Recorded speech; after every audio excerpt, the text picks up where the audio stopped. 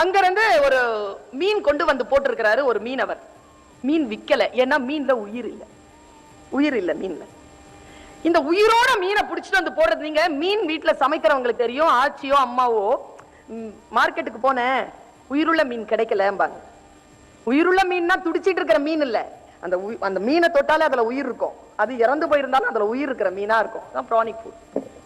அது வந்து இல்ல, யாருமே வாங்கல ஜாப்பனீஸ். உடனே அவன் என்ன செய்யறான், உள்ள போய் அது வந்து நன்னீர்ல இருக்கிற மீன் வெளியில வர்றதுக்குள்ள வந்து கெட்டு போகுது. அதனால அது மறுபடியும் அந்த நன்னீர்லயே போட்டு அப்படியே எடுத்துட்டு வந்தான். எடுத்துட்டு வந்தாலும் கடல்ல அந்த பெரிய ஏரியில நீந்த நீர் மீன் சின்ன இதுல செத்து போகுது. அதுக்கு அவன் ஒரு ஐடியா பண்ணாங்க. என்ன ஐடியா பண்ணானா, பெரிய சொரா மீன் இருக்குல்ல, சுறாவை உள்ள போட்டான். பெரிய சுறாவை 2 உள்ள போட்டான். அந்த பேரல்ல போட்டுட்டு மீனை பிடிச்சிட்டு வந்தான். எல்லா மீன்ல அந்த சொரா வந்து ஒரு 100 மீன் போட்டானா ஒரு 20 மீன் சாப்பிட்டுருச்சு சொரா. ஆனா மீதி இருக்கிற 80 மீன் உயிரோட இருந்துச்சு. அதுக்கு அவன் காரணத்தை எழுதுறான்.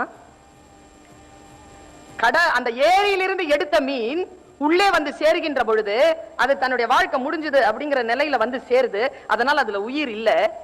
ஆனா இந்த சுறாவை போட்ட பிறகு அந்த மீன் வந்து சாப்பிடறதுக்காக அந்த சுறா சுத்தும் பொழுது அந்த போராட்டத்துல இருந்தது பாருங்க, அந்த மத்த மீன்கள், உயிர் கொடுக்காத மத்த மீன்கள் அந்த போராட்ட குணத்தாலேயே உடம்புல உயிர் சத்தோட வந்து சேர்ந்துருச்சுன்னு எழுதுறாங்க.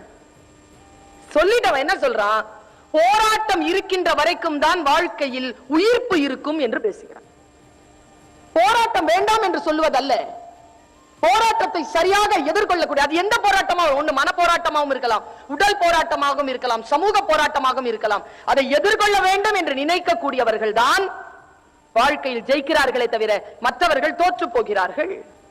போராட்டத்தை பார்த்து பயந்து போறது அல்ல, போராட்டம் வேண்டாம் என்று சொல்லுவது அல்ல, இருக்கின்ற போராட்டத்தை சரியாக எதிர்கொள்ளக்கூடியவர்கள்.